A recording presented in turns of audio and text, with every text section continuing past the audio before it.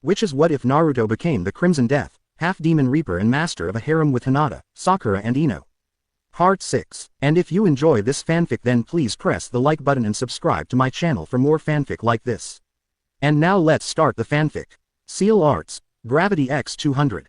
Naruto said as he placed a seal field around him that produced 200 times normal gravity. It was a localized fuinjutsu that his father had worked on before his death to offer a full-body workout rather than just arms and legs. Though even with his power, moving in such a pressurized environment was difficult to say the least. For him it acted like a limiter for his inhuman physical strength and demonic speed. Naruto had spent his first week and part of the second making damn well sure his ladies were more than prepared to enter the Chunin exams. Sakura had finished her little pet project of thousands of cherry blossom petals infused with her chakra. Naruto found he could barely drill through a barrier of them with a Rasengan unless he added yokai to it. Each petal was like a mini razor-sharp blade and damn near indestructible. She kept them in a small sewn-in pouch on the back of her red jacket vest. Naruto himself had modified them so that the pouch acted like a storage scroll, meaning her pouch was a small subspace pocket. All she needed to do was add a bit of her chakra to it by simply flaring it and the pouch would open and she would have thousands of pink, white and red petal-shaped blades at her command. What really creeped Naruto out though, was it kind of made her into a female Gaara in the sense that the petals would act on their own and keep her protected when out. She could make a petal clone and the really shocking thing was her version of Gaara's sand coffin and desert funeral. Hers was called Petal Pillar and Blossom Blizzard, girly names but the effects spoke for themselves. Where Gaara's desert funeral crushed, Sakura's Blossom Blizzard literally turned her opponent into ground meat. The only problem was it was draining on her chakra and took all of her inhuman control to use. Hinata had created a new Jiyuken attack, 8 trigrams, Gatling Thrust. It used a combination of her tonfa and chakra blades emitted from them in varying levels. She could either use it to shut off all tenketsu with low-powered chakra spikes.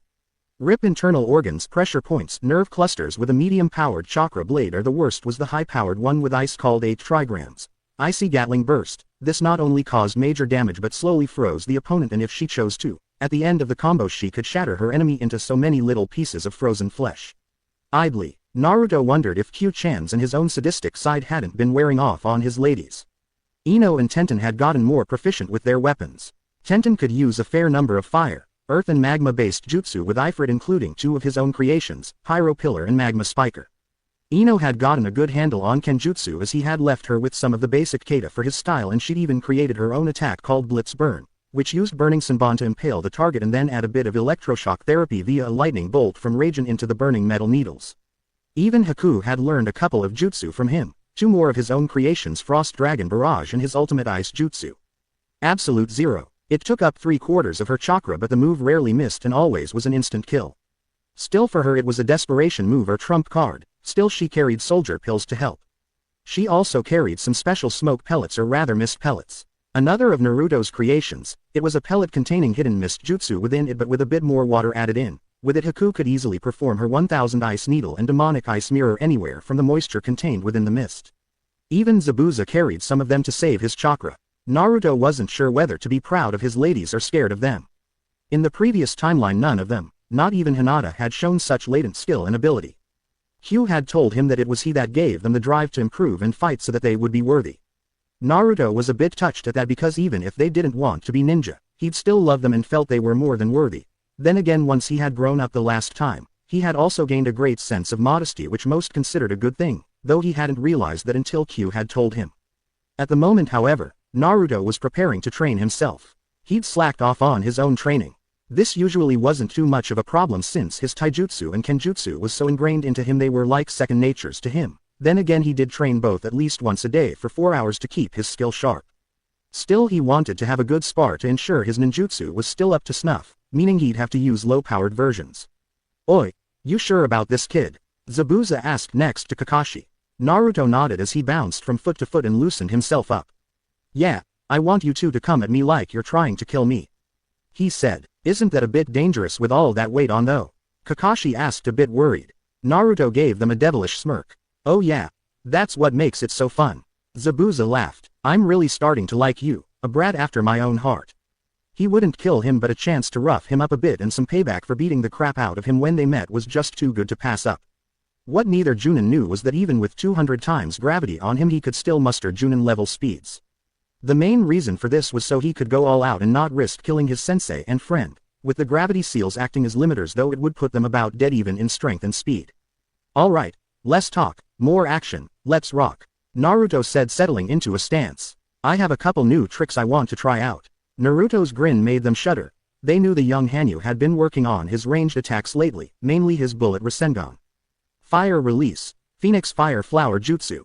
Kakashi barked and shot a barrage of tennis ball-sized fireballs at Naruto. Earth release, Earth Encampment Wall Jutsu. Naruto counted and raised a wall of rock to block the strikes.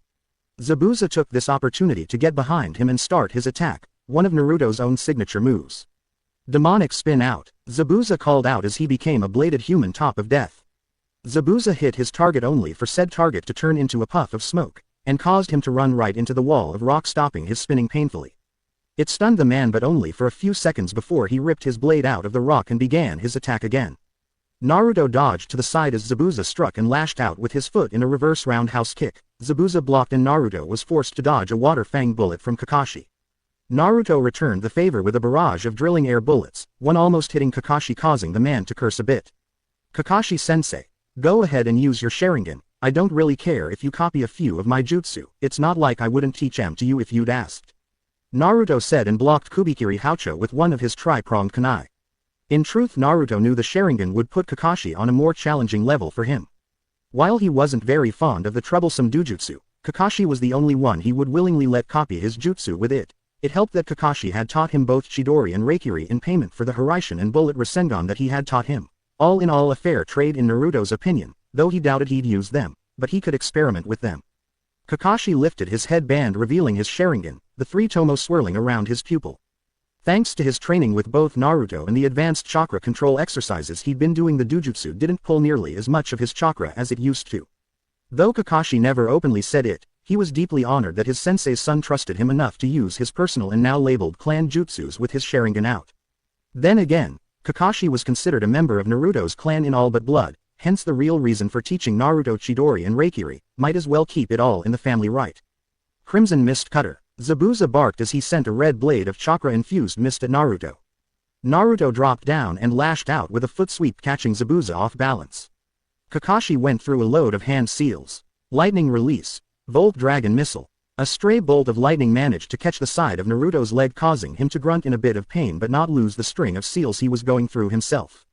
Dark Release, Black Fang Shot. Naruto thrust his hands out and several bolts of black and purple energy shot from his hands. Kakashi cursed and dodged as the tree next to him was hit. It turned jet black and then turned to dust. Well, shit, must have put more chakra in that one than I thought. Naruto mumbled, causing the two Junin to sweat drop. A sparring match with Naruto was damn dangerous. The simple fact of the matter was that while none of them were trying to kill each other, maybe tossing ninjutsu around like they had been might be a tad much, especially with some of the ones Naruto could do. Hell, the last time he and Kakashi decided to trade ninjutsu back and forth for training, Naruto ended up doing a nasty combo of his own personal jutsu. He had flooded the training ground and then made large bolts of lightning crash down, electrifying the whole damn area. The two had spent several hours on top of a large rock waiting for the electrical charge to die off. At least Kakashi got some good reading in though. Perhaps now would be a good time to quit, before someone got seriously hurt.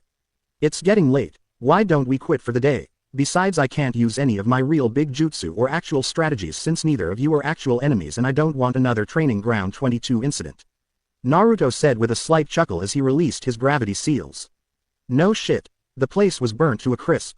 Zabuza deadpanned. Then there was Area 16, that place had enough electrical charge to run Konoha for a couple of years easy.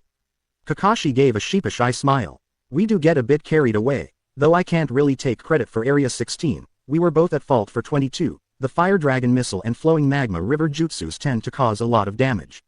Naruto crossed his arms. Oi, it's not like you haven't torn a place up using that new combo jutsu you came up with, the Seeking Shark Vortex jutsu is a nasty piece of work. It leveled Area 4 and nearly drowned both of us. Hey, yeah, well. Zabuza chuckled. Haku had been so pissed since that had been her favorite training area. Anyway, I'm heading home to get some dinner and get to sleep, the exam starts tomorrow and I want to be fully alert. Naruto stated. The other two nodded in agreement and hoped things went according to plan, though in the ninja world things rarely went that way. They could always hope for the best, and that Area 44 was still in one piece by the time Naruto was finished there. It's a good thing my taijutsu hasn't suffered any. Still, I can't help but worry that something is off, more so than usual. I guess I'll just worry about it when it happens. Naruto mused silently. Naruto got up early the next morning. Clad in nothing but his boxers, he watched as the first visages of the sun rising in the sky painted their colors across the usually azure sky. Today was the day where everything starts up again, but with all the changes he was sure that some things would be much different this time around. The previous night before they went to sleep, Naruto had talked to Q about his Omnigan and its sudden changes. She had explained that it wasn't so much as an evolution as he had finally unlocked its final ability. In truth, she had always intended for the Omnigan to be similar to the Byakugan but with a few extras added in. To Naruto that was a relief, as he didn't have to worry about it gaining Sharingan copy abilities. He just didn't like the thought of stealing other people's hard work, enemies perhaps but not allies. Are you ready for this, Naruto-kun? Hugh asked as she walked up next to him in her night shirt. Yeah. Just make sure to keep a close eye on Gigi. The last thing we need is for some kind of sneak attack. If you need me though, just use our link. Naruto said. Hugh nodded and stretched up to give him a light kiss. He gave her a small smile and went to his closet to grab his clothes and gear for the exams. He pulled out a black trench coat with red and orange flames coming up from the bottom and his usual symbols placed on it. He then pulled out a pair of boots, a pair of fingerless gloves, 3 rolls of black wrappings and his belts, pouches and swords. After putting on his usual black cargo pants and the boots, he secured his dual equipment pouches on his legs. He took the largest roll of wrappings and put it around his lower torso. No sense in ruining another shirt when he was sure things were going to get wild in the forest, and he had several copies of this trench coat. He then took the other rolls and placed them in one of his belt pouches next to his equipment scroll. The gloves went in next to the rolls just in case he needed them. Putting on his utility belts and attaching his swords, he finished it off by putting on his trench coat, once again, one without sleeves. He had made sure he had his special equipment scroll and had double-checked his equipment. He had enough medical gear to do anything he might need to, along with rations, soldier pills, food pills, antidotes and extra kunai, shuriken and explosive tags. His special seal tags, calligraphy tools and some ink were also stored in his scroll. It was essentially a good-sized sealing scroll that had other sealing scrolls sealed in it with various tools and supplies, even some spare clothing. He referred to it as his master scroll since only his blood and unique chakra could open it. Kyuubi wasted no time getting dressed. She put on an all-black Anbu-style outfit that Sarutobi had provided her, including her own black fox mask with red highlights. This would help her blend in without raising much suspicion. She had also summoned her personal weapons via a fox. They were called Punishment and Judgment. At first glance they look strange, but in truth they are tonfa custom designed to have scimitar-like blades on the ends that would usually be the blunted clubbing ends. The tonfa blade could separate near the handles and extend into a moderate length of chain for ranged attacks. They were forged of the demonic alloys adamant and black mithril. Naruto had been rather surprised with them himself. For such awkward-looking weapons, Q was quite deadly with them. Well, let's get this show on the road, Naruto said. Hugh gave him another kiss and flame-ported to Sarutobi's office. Naruto let out a sigh and walked out of his room. He told Haku and Zabuza that he'd see them later and headed out to meet Sakura and Imo-tem. It didn't take long for Naruto to meet up with his teammates, Sakura slightly blushing at Naruto's attire while Sasuke scoffed at it. No real surprise there. Naruto led them to the academy fully intent on making sure things were differently this time around.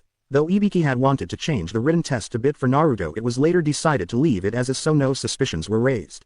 Not that Naruto cared. Unlike last time, he was more than intelligent enough to take a simple test, and using his Omnigan would be, in his opinion, a rip-off and a waste of energy. As they made their way to the second floor, Naruto was greeted to a familiar scene from his past. Only this time Neji wasn't scowling. Tenten had Ifrit strapped to her back and Rock Lee, well, was Lee. Sakura noticed right off that there was a genjutsu placed and glanced over at her Fionka copyright. He merely nodded and the two began to walk towards the stairs. Sasuke, however, was determined to make an out of himself no matter the timeline or changes. Oi! Sasuke bellowed imperiously as he began to strut towards the Chunin. Why don't you two walk? Naruto stopped the arrogant little prick's speech with a Haruno-class brain duster to the back of the head and proceeded to drag the irate Uchiha off while grumbling curses to himself with an amused Sakura in his wake. Everyone else watched the scene highly amused and a bit confused. Only the smarter genin there actually caught on to follow Naruto, while the others turned back to trying to convince the two disguised Chunin to let them through. Said Chunin were impressed with the blonde Hanyu's smarts. With the genjutsu still in place, the weaker and unready genin wouldn't make it to the next phase of the exam, making it easier and much less troublesome in the long run, not to mention save their lives if they would have gotten into the forest. After getting to room 301 and ditching the irate Imo, Naruto took to silently and covertly observing his surroundings. As expected, Kabuto Yakushi was waiting over on the far wall next to the sound genin. Naruto noticed that the female of the team didn't really look happy to be there, or rather she seemed wary of her teammates. Well, that's new, or is it? I never really noticed her the last time. If I didn't know better, I'd almost swear she didn't want to be here, or rather with those two. Perhaps, I will help her if I feel she can become trustworthy. Naruto mused silently. A moment later the sound Kunoichi looked up and locked eyes with him. He just gave her a calm and friendly smile, causing her to flush and look away. As his attention returned to other things, he covertly kept an eye on her and noticed she kept throwing him almost shy glances, still blushing. Her teammates completely ignoring her existence, it seemed. The team from Sand was there eyeing him warily. He just gave them a small smile and wave, utterly confusing them. The rain, waterfall, mist, stone and cloud teams were either minding their own business or trying to intimidate others with what they thought was killing intent. Naruto chose to ignore this. He frowned slightly when he caught sight of the grass team, the female looking at him for a moment, blushing and then talking to her teammates again. Naruto mentally frowned at that. It meant the hubby Tem hasn't hid himself amongst them yet. He sure as hell couldn't smell snake from anyone other than Kabuto, though the sound genin had a very faint scent of snake on them. The rest of the Rookie 9 and Team Guy made their way into the room. Tenten, Ino and Hinata pausing long enough to give their fiancé copyright a peck on the cheek before going over to Sakura to chat. Neji, Lee, Shikamaru, Choji, Shino and Kiba however came over to Naruto to catch up. As he quietly talked to his friends he continued his silent observations and was happy to see they were as well. As Naruto tossed Akamaru a puppy treat and began talking to Kiba about pranks and their uses in trap setting, Kabuto approached Sasuke to try and start up a conversation since the rookie genin weren't acting all hyper like he had thought they would. To the silver hair boy's annoyance, only Sasuke was interested in his nin info cards, the others just kept talking silently, minding their own businesses and seemingly ignoring the others in the room. A small effect of having a smarter Naruto as their friend in this timeline allowed them to be a bit smarter as well, except Shikamaru who was smart period, but all knew that information wasn't just given freely and they instantly became wary of Kabuto. Naruto mentally smirked when Ibiki showed up early with the other Chunin proctors. Haku was amongst them and Naruto could smell Zabuza hiding in the shadows. Ibiki then ordered them to sit down, shut up and began going through his whole intimidation thing to weed out the weak groups and give a hint to what they were supposed to do. In all honesty the test proceeded much like it had the last time, though this time around Naruto answered all his questions at a moderate pace and with relative ease, even slightly nudging Hinata to let her copy off of him. She did so using her Byakugan covertly. As soon as he finished he silently observed how the others did. It was the same as last time. Nice to see some things didn't change. Gaara is still using his third eye with sand, Tenten and Lee are using mirrors, Sakura is smart enough to do it on her own. Looks like she actually let Ino use her mind-body transfer jutsu this time. Shikamaru is using his shadow imitation jutsu to help Choji. Neji is using his Byakugan like Hinata. Can't see the Tem this time around. Now we just have to wait for Ibiki-san to freak out the rest of the morons here and wait for Anko to arrive. Naruto thought as Hinata gently grabbed his hand. He just gave her a kind smile but otherwise kept his mouth shut.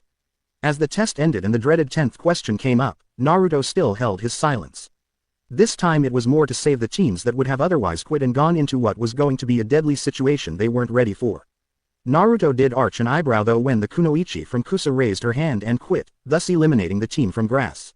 Though in their place a team from Kumo seemed to stay, which meant there were 2 Kumo teams instead on one like there had been last time. This was fine with Naruto. Kusa had been allies in the previous timeline and if he could avoid pointless deaths then it was all the better. Finally Ibiki passed the group leaving a total of 26 teams. Naruto couldn't remember the exact number that passed the previous time but just shrugged it off. Unless they were his friends, they were of no consequence to him. Though he did do a mental countdown and right on one a familiar figure crashed through the window, without a banner this time, and revealed themselves to be Anko, who gave a flirty wink to Naruto. 26 teams, damn Ibiki, you're losing your touch. Anko exclaimed, you're early, Anko. Ibiki deadpanned, details, now then maggots, I'm the proctor for the second part of the exam, Anko Mitarashi. So get your asses up and follow me, we're heading out for training area 44. She said and no one moved, except Naruto and his friends. Her eyebrow developed a slight tick. That wasn't a suggestion, move it, she bellowed causing the other genin to practically jump out of their skins. Naruto told Sakura and the Tem to go ahead of him while he used the restroom. Once inside and sure that no other presences were about, Naruto took out one of his Hiraishin kunai and slit his palm open. He then withdrew a string of complicated hand seals and slammed his hand down on the ground. The small puddle of blood from his now healed hand began to bulge and grow as chakra was fed into it. A moment later stood an exact duplicate of Naruto. This was a special clone technique he'd created in his other life. It was called a blood clone. It held the same capabilities of a shadow clone but couldn't be dispelled unless a killing blow was delivered. It held most of Naruto's physical capabilities and about a tael's worth of chakra, which by Biju standards was equal to an elite Junin. As with shadow clone, a blood clone transferred all the things it learned back to its creator. It also held all the creator's memories and personality up to the point of creation as well as their chakra signature. It was also perfect for faking one's death or being in someplace while the original was busy elsewhere. This was because, even if killed, it didn't just poof out of existence, it turned into a corpse that would last exactly 24 hours before melting into a mass of blood. It was a jutsu he'd never share with just anyone though. Using it to create just one clone was more dangerous than using shadow clones as the chakra cost was far more severe. Anything with a lower power level than Nibi no Nekomata would die from trying it, meaning it was an S-class demonic kinjutsu. There were some drawbacks however. It did not contain the level of senses or power that Naruto did, and to hold itself together it required a constant but low chakra drain from the stores put within it. Battling caused these to drain much faster and it could not replenish its stores. Once they were gone, it would simply die. If left alone, a blood clone could last several days to a week, but in combat and stress situations it had 2 days at best, if there weren't too many battles or its lack of full demon senses didn't get it killed first. Alright, I want you to follow Sakura-chan and protect her. Keep an eye of Imo-tem too, just in case. I'm heading into the forest ahead of everyone else and hunt down a certain snake pedophile. Naruto ordered. Clone Naruto saluted. Sure thing boss, I'll protect our fianca copyright with my life, it's a promise. The vowed proudly. Right, I'll see you later then. Don't go to the tower until I come back and switch with you. Naruto said and vanished into a pile of mud that dried up and vanished. Careful boss, I don't wanna become your replacement. The clone muttered, even though such a thing would be impossible due to the clone's limitations. Naruto-kun, what took you so long? Sakura asked concerned as Naruto appeared next to her in a swirl of burning leaves. Sorry, Sakura-chan, I was doing a last-minute equipment check. Clone Naruto lied. Sakura just nodded. Clone Naruto smirked slightly to himself. One of the gifts of being a kitsune, you could lie to a political figure and get away with it. Then again they always lie to a. Sasuke glared at him and let out his usual. HNNN. TCH. That time of the month. Clone Naruto mumbled. Thankfully Lord of the Brood didn't hear him. Sakura did and gave him a playful swat on the arm while holding back a giggle. Enko began going over the rules of the exam. Clone Naruto sighed slightly as he recalled his creator listening to the same thing, only this time he kept his mouth shut. He did sniff around covertly but he could only detect the snake smell coming from the Oto Genin and Kabuto's team. Enko had lost the scent when the original Naruto removed the cursed seal from her. Though not completely due to some of her jutsu, but the scent no longer held Orochimaru's taint. He could also sense a slight taint in the air, covered up by something, genjutsu most likely, but he couldn't pinpoint it. He cursed silently. His senses just weren't as good as his creator's. He only had about an average Inuzuka level of smell and hearing, where the real Naruto was well beyond that. As Anko finished she began to hand out scrolls, sticking a spare heaven scroll in her trench coat. She walked up to Naruto and handed him a earth scroll. Good luck in there Foxy-kun, you come out in one piece and I'll give you a special reward. She purred as she leaned in and kissed his cheek. The clone, unable to resist a little fun, gave her a nice little lip lock while covertly swiping the heaven scroll from her coat along with a pencil. He then gave her a nice little squeeze, making her restrain herself from jumping him right then and there and making Sakura pout. He never fondled her, but she supposed it was due to her age. He had made it clear that he wanted to wait till they were older to have. I'll keep that in mind, Anko-chan. He whispered in her ear causing her to shudder slightly. Hiba just watched the whole thing drooling slight. He let out a perverted giggle only to have Hinata swat him upside the head. Though she, Ino and Tenten also pouted at the attention their fellow sister got. Several other males and females, Tamari and the Oto Kunoichi, especially looked a bit jealous as well. The rest of the males were just amused, except for the Prince of Emos. Not a one of them had caught Naruto stealing the spare scroll or quickly using henge on the pencil to turn it into a copy of their earth scroll. Geez, some ninjas, not a damn one of them noticed that I was using that whole little show as a distraction. The clone thought dryly with a slight sweat drop. From just inside the fence, perched on the shadowed part of a tree, the original Naruto was having similar thoughts as one of the giant centipedes scuttled towards him, thinking him a quick meal. I hope they pay more attention in here. Crunch. Without even looking back, Naruto back-fisted the giant insect, crushing its skull and causing it to drop to the forest floor dead. This is a dangerous place after all. He finished nonchalant, not even caring that a giant insect had tried to make a meal out of him. Other said giant insects in the area sweat dropped and got the hell away from the scary kid. Insects or no, they weren't that desperate for a meal. Naruto however took to the treetops, making sure to stay in the shadows. He had a snake to hunt. All right brats, Enko yelled, not even knowing of the events that just took place in the forest. Each team go to your assigned gate. Remember, you all have exactly 5 days to get to the tower. A last piece of advice to each of you, don't die. Now, go, she shouted as the gates opened and Genin began speeding off. A few hours into the forest found a secretly annoyed and antsy blood clone, a cautious and edgy Sakura with chakra bow in hand and an indifferent and brooding Sasuke. Damn it all, if the boss's memories serve right then hubby Tem should have made a move by now. Then again boss was only attacked by one rain nin the last time, this time all 3 of the Tems came after me, made me use up a good chunk of chakra too. Emo Tem seems to be acting a bit off and what the hell is with that turtleneck coat he's wearing, something smells off. I guess it's a good thing I gave him the hanged scroll. Clone Naruto thought, the rain team had ambushed them, the fools never saw what hit them and the worst part was they had a earth scroll, which Sakura now held. Clone Naruto kept both his heaven and earth scrolls in his inside pocket of his trench coat. The fight alone had been a joke. Clone Naruto had cleaved through one with his replica Beowulf, the fool had just dropped himself on him.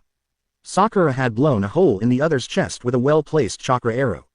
Sasuke got behind the last one and slammed a kunai into his skull. However, manifesting replica swords of Griever and Beowulf had cost him a little over a quarter of his chakra supply. The forest was also full of scents and sounds, and without the higher level of senses his creators has, the clone was having a difficult time figuring out what sound or smell came from where or what, and it was highly distracting. The reason why the clone felt something was off was while Sakura was following the proper train of thought due to a first kill and was shaken up but doing her best to control it. Sasuke on the other hand looked disappointed that the kill was so simple and the clone could smell barely repressed bloodlust coming from him. Since it didn't seem to be directed at anyone in particular, though the clone just decided to divide his attention between his boss's girl, his surroundings and the emo. He just wished the boss would hurry up and get back. He wasn't supposed to go to the tower or reveal his scrolls without the original present, with hubby Tem's head safely placed in a seal scroll and Kusanagi with it, which would be a present to Anko most likely. He wasn't sure why the boss wanted it other than it was a special sword and very dangerous. Sighing, Clone Naruto signaled to Sakura to get a better view of the area. She nodded and leapt up into the shadowed parts of the tree they were next to and began scanning the area. Behind Naruto, who was scanning the area and keeping an eye on Sakura, Sasuke let a demented grin cross his features. His Sharingan appearing in his eyes. Biting his thumb, he placed some of his blood on a special seal on his pants pocket, causing it to open a bit further. Reaching in, he pulled out what appeared to be a bow staff of some kind, until he pulled it apart, revealing a gleaming silver katana. It was a replica Kusanagi his new sensei had crafted for him. Granted, killing the demon wasn't a part of the plan, but his eyes and powers could always be extracted from the corpse. Cuckoo. Sakura scanned the area from her perch in the tree tops, her bow poised to attack. The damn forest was so damn thick though that she could see much, not to mention all the chakra signatures. At that moment she felt a familiar one spike along with one that felt so vile and evil it twisted her stomach. Problem was, Naruto was beneath her, right? She felt the same signature from him, so he had to be the Ria. His shadow clones didn't give off his unique signature. She glanced down to make sure, only to have her eyes widen in pure horror. Sasuke was in mid-strike right behind her fiancé copyright, who had noticed just a hair too late and failed to guard the attack before it landed. The sickening sound of metal cutting through flesh and bone sounded off, followed by the dull thuds of a head and body falling to the ground. Occasional splat noises were heard as large globs of blood hit the ground. Sakura let out a piercing scream as Sasuke stood over the headless corpse of Naruto, laughing in an insane and creepy manner. His Sharingan blazing with bloodlust as purple chakra began venting out of him. Black flame marks slowly covering his skin as the whites of his eyes turned a malicious black color. Marvelous power. Sasuke chuckled darkly. Splendid. Cuckoo. Do you like it? Sakura, do you wish to feel my power? Perhaps join your demon lover, do you, pathetic whore? He gestured with his hand and the branch Sakura had been on broke, sending her dropping back to the ground, her bow landing a few feet near Sasuke. You bastard, she cried out, tears streaming down her face. I'll fucking kill you. Fucking monster. A monster am I. Perhaps, but I do not care. I deserve this power for all I have suffered. I am an elite, the best, and no one will ever be able to say otherwise ever again. I will kill Itachi and anyone who stands in my way. Sasuke's skin turned a sickly gray pallor as a black 4-point cross symbol appeared between his eyes and following the contour of his nose. His dark hair turned a grayish purple color as a pair of fangs protruded from his upper lips. His nails lengthened into sinister-looking claws as his muscle mass grew slightly. Finally he hunched over as a pair of grotesque gigantic hands erupted from his back, followed by a whip-like tail from his spine. Upon closer look, the hand-like appendages were some kind of freakish wings, as there was a thick membrane between the fingers. Cuckoo. Then again, why be man or monster, when I can be a god? Sasuke roared with insane demonic tones in his voice. The killing intent and bloodlust that was coming off him, along with the tangible feeling of pure insanity and rage, nearly froze Sakura in her spot. That horrid vile chakra that was coming off of him oddly made her feel dirty and violated. As much as it pained her, even with all the training Naruto gave her, she really doubted she could beat this thing in front of her, but she was damn sure going to try, for Naruto. She silently cursed, leaving behind her special jacket with the pack of special Sakura petals sewn in. It would have given her an edge, but she didn't expect to need that at a simple exam. Her bow, if she could just reach it. Damn it, what do I do? Sakura thought frantically. The bastard will just copy any jutsu I use and turn it against me. If I could just get to my bow or one of Naruto-kun's swords. What happened to his swords? They are gone. Foolish whore. Fire release. Phoenix fire flower jutsu. Sasuke spat out a barrage of fireballs with shurikens in them. Damn. Sakura yelped. Water release. Water encampment wall jutsu. The fireballs and shuriken were deflected by the wall of chakra-reinforced water. Only Sasuke was no longer in front of her. Sakura let out a cry of pain as Sasuke harshly swatted her with one of his wings. She slammed into a tree and poofed into a log via replacement. Sasuke cursed and was about to seek the bitch out when a kunai landed next to him, with a burning tag. Ah, shit, go to hell, Tem, boom. Sakura snapped. A loud explosion filled the air. As the smoke and dust settled, though, a deeply burnt and splintered log lay where Sasuke should have been. You know, you aren't the only one who uses that jutsu. He whispered in her ear. Sakura quickly rolled out of the way and brought up a kunai just in time to block the replica Kusanagi, a few strands of her hair being cut in the process.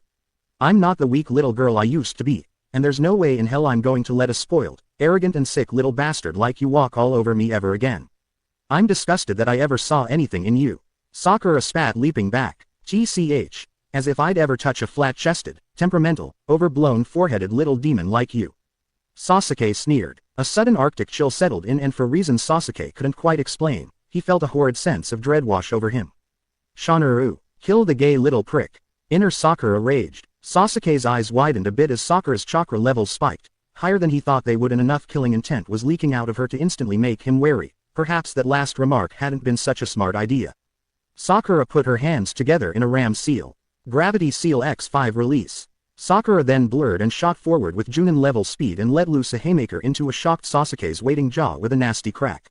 Unfortunately, his cursed form gave him too much protection for her to do little more than bruise him, since she had not mastered chakra-augmented strength yet and his Sharingan could still follow her. She made the mistake of letting her emotions get the better of her judgment. Sasuke gave her a demented grin and slammed his fist into her gut. Hard. Sakura felt the wind get knocked out of her as she spat up blood and began hurtling backwards. Sasuke appeared behind her, kicking her harshly in the spine, almost breaking it. He then did a side flip and grounded her with a heel drop to her shoulder. This time bones did break and her right arm was now useless. Foolish little, she has no clue as to just how powerful I have become. This form grants me power beyond that of a mere Junina Kukukukuku. I will play with her first, then kill her before taking the demon's corpse back to Sensei to dissect. Sasuke thought sinisterly. Sakura hit the ground, letting out a pained cry. Sasuke chuckled darkly again and kicked her in the ribs to flip her onto her back, cracking at least 3 of them. She tried to stab him with the kunai in her left hand, only for him to catch her by the wrist and twist it, breaking her wrist and causing her to drop her weapon. He picked it up, eyeing it for a moment before placing it at the neckline of her top and jerking it down, exposing her. Kukukuku, it seems you do have some tits after all. I wonder, should I kill you? Are you first and then kill you, or leave you here to be something's next meal? Maybe slow death from the poison on my swords. Decisions. Sasuke muttered evilly as he traced her bare skin with the tip of his Kusanagi. Go. Screw yourself, bastard. Sakura spat at him weakly. She could barely breathe and her body was a mass of pain. Sasuke sneered and jabbed the Kusanagi into her gut, smiling sickly at the pained scream she let out. Slow death it is, bitch. Just so you know, there is no cure for this poison. It slowly tortures the victim to death with pain as it slowly destroys your chakra system, then eats away at your muscles and then makes your nerves swell until they break. For now, I will enjoy your torment, Sasuke said as he pulled his blade from her stomach, not bothering to wipe the blood dripping from it. No iya I don't want to die Buddha at least I can be with Naruto-kuna again. I guess in the end I really was weak, but at least I did my best. Sakura thought through her pain as tears began to fall onto the bloody ground. 30 minutes earlier, Naruto silently traveled through the tree tops being sure to keep to the most shadowed areas, using every ounce of his stealth training and experience. His senses were working overtime, he could detect various scents and sounds from all over the forest. To his frustration there were quite a few snake scents, none of them seemed to hold Orochimaru's unique taint about them either. Stopping for a moment in the blind side of a treetop he paused to think. If he could hazard a guess he'd bet on Orochimaru using a scent cloaking jutsu as well as a chakra signature cloak. But he knew the hubby Tem was around, he could feel it in his gut, even if his senses couldn't detect him. Perhaps some proper bait would bring the snake out of hiding, or... Omnigan, Naruto whispered as his eyes cycled through colors until landing on green, the veins on the sides of his eyes throbbing outwards with chakra and blood. Everything around him became clearer and transparent, focusing more chakra his eyes turned a blue-green color and now auras and chakra was visible to him as well as his telescopic vision ability. Silently scanning the area he caught sight of several summoned snakes and about 10 figures with Orochimaru's unique signature, all of them seemed to be cloaked in a thin layer of chakra that seemed to repel most senses or chakra probes. Mud clones, none of those are nearly powerful enough to be _ol snake eyes. Not a bad plan though, they are surrounding the area in a circle, each well hidden or hanged as something easily passed off as nothing. Problem is, the puppet master isn't around to pull the strings, obviously a trap, meaning the bastard is aware of my dujutsu. I should have guessed he would. Springing the trap would likely get me nowhere, if my guess is right its purpose is to wear me down and make me an easier target. Though on the other hand, it might just get the snake to come to me. Damn it I don't have time for this shit. I've had an off feeling all day and it's only getting worse. I need to get this done and over with so I can get back to Sakura-chan and the Prince of Emos. Scanning a bit deeper Naruto's eyes caught sight of Gaara's team as they took out a hidden mist team for their scroll. Naruto didn't even flinch at the disturbing sight of the desert funeral and sand coffin at work, he'd seen them both many times before in his previous timeline. Moving on from that he was barely able to make out the other Konoha teams as they were swiftly moving out of his visual range, all seemed to be doing good and moving swiftly through the forest, except his team but he expected that since he had made sure his clone knew not to go to the tower unless an emergency came up. They were just barely within the range of his telescopic vision making details hard to make out, but something about the Uchiha's aura unsettled him, it seemed different than before, darker. An uneasy feeling settled in the pit of his stomach, perhaps brushing off the Uchiha as little to no threat was a foolish choice on his part. Still, his clone should be able to handle the jerk if he got out of hand, or at least he hoped it could. Stranger things had happened. Just as Naruto began to scan the opposite side of him his danger sense triggered causing the fur on his tail to bush out slightly. Letting out a quiet curse he shunted away barely missing 6 vipers with long blades protruding from their fanged mouths impaling the tree trunk he had been next to. Naruto landed on the ground, his face set like stone as he glanced about, his Omnigan now often relying on his normal senses. So, you've been hunting me from the start, Naruto said to no one. Kukukukuku. Very perceptive, Naruto-kun. Your skill is just as I have heard, excellent. Orochimaru said, his voice coming from all directions at once. Happy to be of service. Naruto said dryly, I'll be here all week, be sure to tip your server and don't let the door hit you on the way out.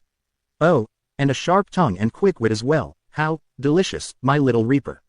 Naruto's eyes narrowed, 2 mud clones burst up from the ground, their necks extending and coiling around Naruto faster than he was seemingly able to react. The other clones and summoned snakes quickly surrounded him as Orochimaru began sprouting up from the ground like a human plant.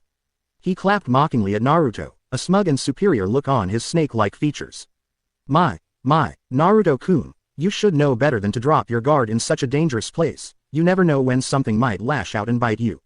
Orochimaru said as his neck jetted out and he sunk his fangs into the young Hanyu's neck. His clones doing the same to his wrists. Naruto however didn't have the reaction that the snake Sannin was expecting. Rather than crying out in pain he merely smirked. Orochimaru's eyes narrowed as a spurt of yellowish fluid shot out of the wounds on his neck and wrists, followed by a cloud of purple mist. Naruto suddenly poofed into smoke and an Orochimaru mud clone appeared in its place before melting into a pile of mud. Orochimaru was impressed. A combination henjin substitution, without seals at that, very advanced for one so young, even if he was half demon. This however did make him more wary and a bit nervous, it seemed that he wasn't the only one playing games now. Damn, Sasuke-kun's reports on his skills seemed to be vastly underestimated. I was expecting a cocky brat with too much power and not enough skill to use it properly. This situation however makes my plans a bit more complicated. Orochimaru thought, a bead of sweat trickling down his face. He hoped his backup plans would not fail him. The killing intent laced through the air was enough to stifle most seasoned ninja, especially when both a Hanyu and a demented Sannin were leaking it in droves. Orochimaru, in a flash, cracked a smoke bomb on the forest floor, covering the whole area in smoke. As he was in cover, he quickly drew his Kusanagi sword from within himself and leapt into a tree for cover, only to have a kunai with a sizzling orange tag land next to him on the trunk. Cursing, he leapt off again for safety just in time as the tag went off, taking the tree top with it in a fiery burst. There waiting for him on the ground was his prey. Naruto stood still as the smoke began to clear from the smoke bomb, Beowulf resting at his side and Griever resting on his shoulder. 9 long furry tails the same color as his hair swaying behind him, slitted crimson glowing orbs glaring balefully at Orochimaru. Those eyes, they spoke to the snake Sannin. To him they told of the ways he would die a most painful and slow death for all the sins he had committed in his lifetime.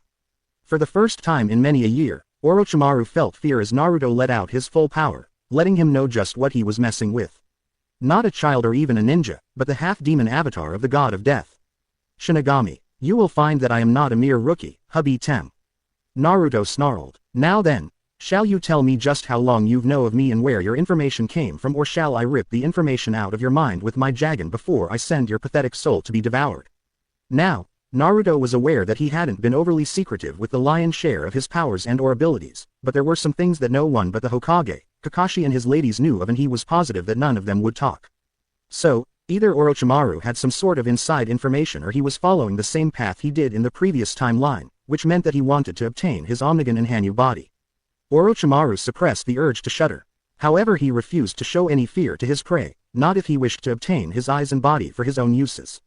He needed to stall for time so that Sasuke-kun could fulfill his part of the plan. The Sannin was no fool. He knew his little pawn wouldn't be able to resist the urge to kill the Hanyu brat, but Orochimaru anticipated that Naruto would use a clone so he could seek him out alone.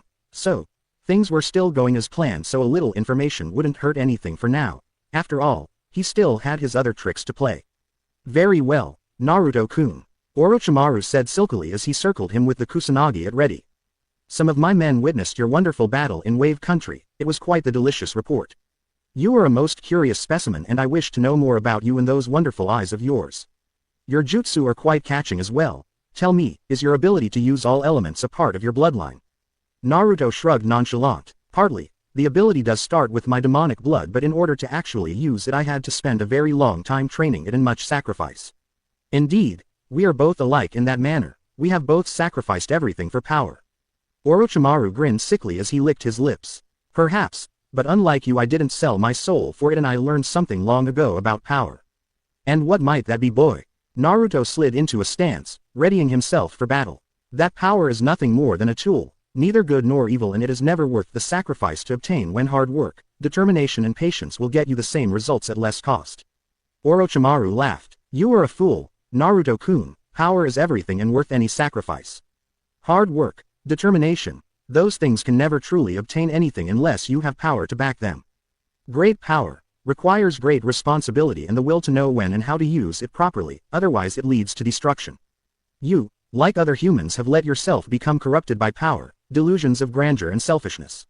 Because of this you have hurt and destroyed many innocent lives. I will not allow you to hurt any more people. Prepare yourself, Orochimaru.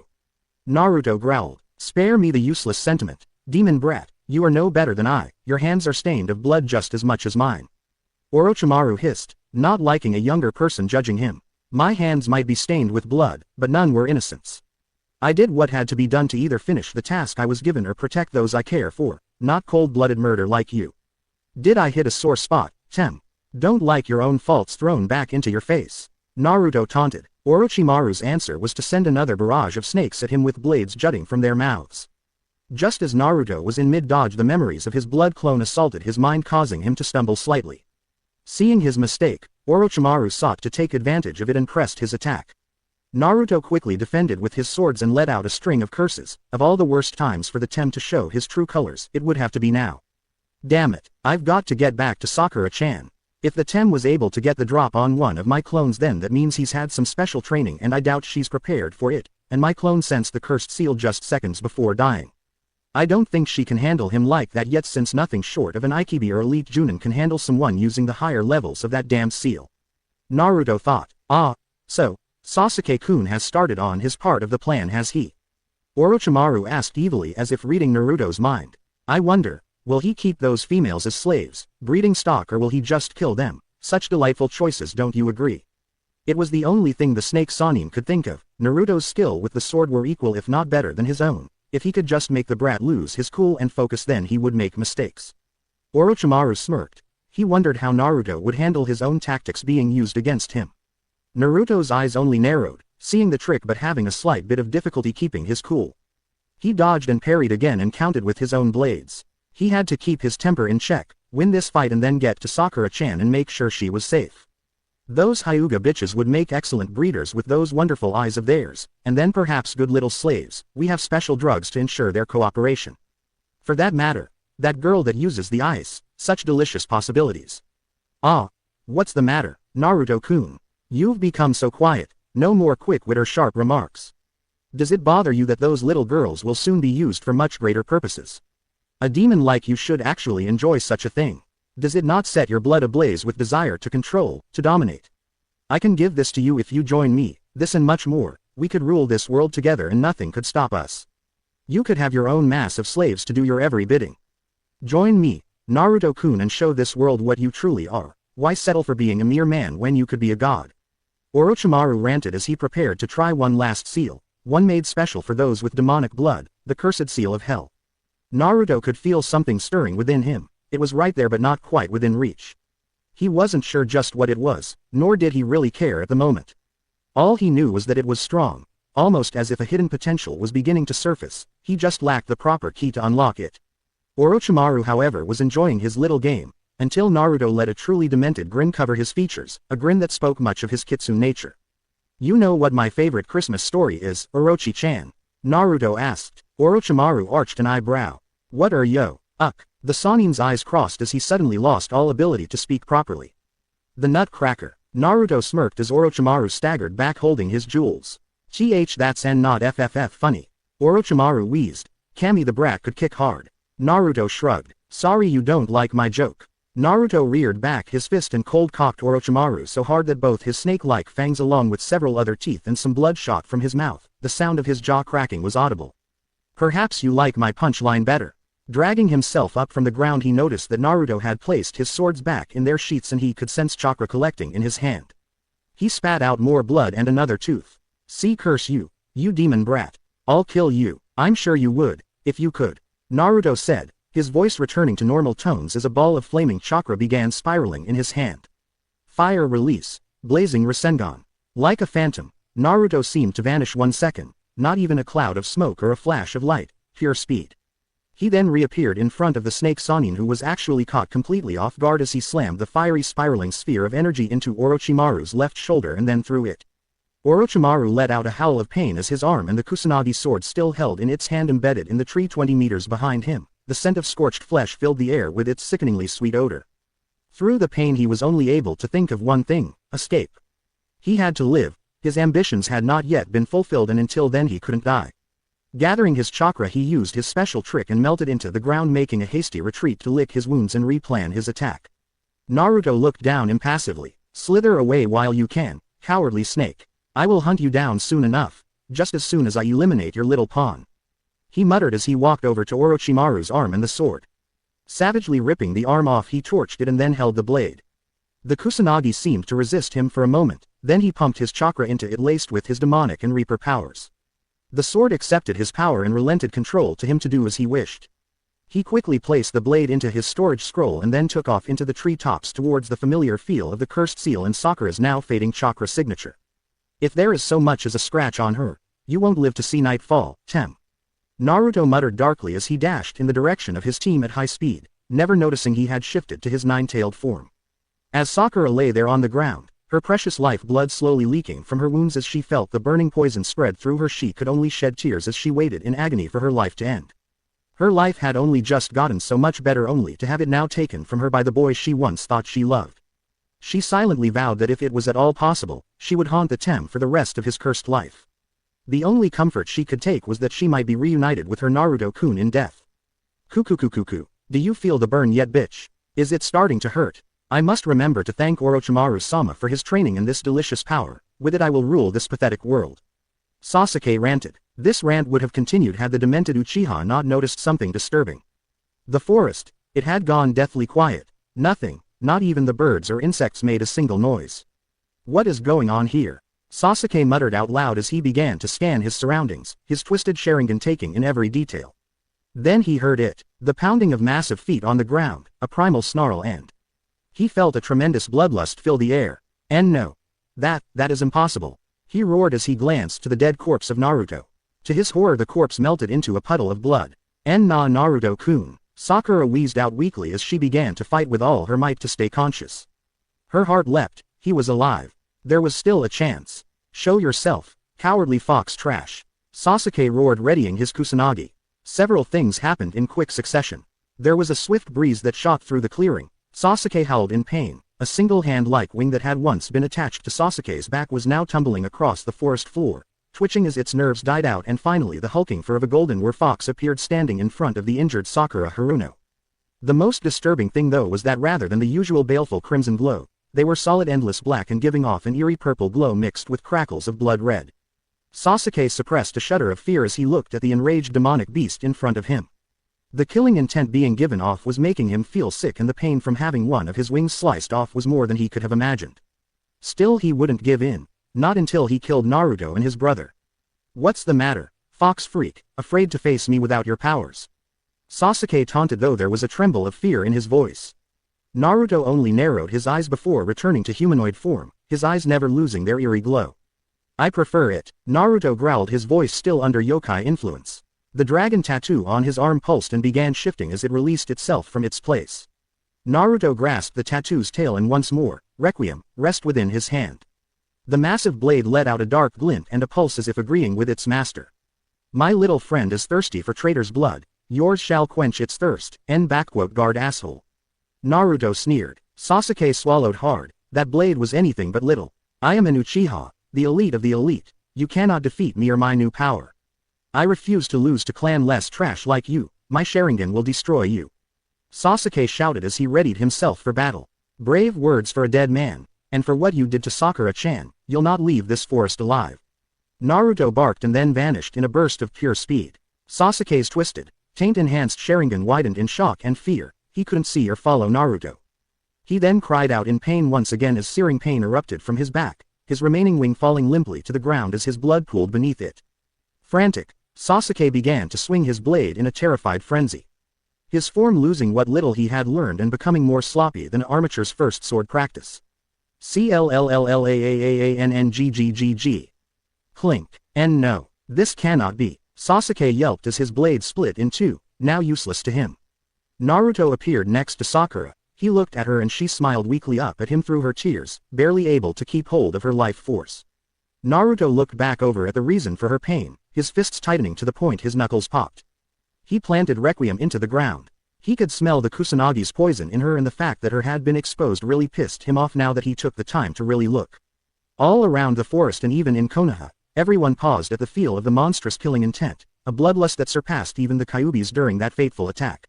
Indeed, Hugh and Sarutobi were looking out the window towards the forest of death with worried looks on their faces. She could only mutter his name and hope that everything would turn out all right in the end. Gaara and his team paused in their trek to the tower. Shukaku went totally silent and shuddered in fear. Gaara also shuddered as he felt the demon's terror. His brother and sister felt as if hell itself had arrived on earth. Hinata, Ino, Tenten, Haku and Anko all felt it and knew what it was. Each getting a worried look on their features. The power signature their Fionka copyright was giving off was unlike anything any of them had felt before. It was even making the skies darken and rumble with thunder. The very ground itself would tremble as if vibrating with Naruto's anger. And there at the epicenter of it all was Sasuke, rooted to his spot in pure terror as Naruto's power levels once again raised beyond human or even demon limits. But what terrified him the most was that Naruto was in human form. He had not released his fox or reaper form. But he was radiating more power now than he had on the bridge in Wave. Naruto let out another growl and vanished once again, reappearing in front of Sasuke and burying his fist into the Uchiha's gut with a force well beyond that of what an enraged Tsunade could muster in her prime. Sasuke was launched into the tree line and terrific speeds only to have Naruto appear behind him with his elbow extended. Sasuke howled in pain and fear as he felt his spine snap and he got launched back towards the clearing. Naruto appeared again and delivered a nasty uppercut sending Sasuke skywards, his jaw shattered beyond repair. Naruto took a moment to grab Requiem and shot up after him like a human bullet. Time to die. Tem. Sword arts. Impaling moon. Naruto swung his sword and a shard of energy shot up impaling Sasuke like a spear. The Uchiha hacked up a gout of blood as Naruto finally reached his height. Mercy. I beg of you. Mercy. Sasuke screamed in fright. No mercy. Naruto snarled. Sword arts. 1000 strikes. Naruto's arms and Requiem blurred as Sasuke erupted into a fountain of flesh, blood and gore. His body being reduced to nothing more than so many little quivering chunks of meat and bone.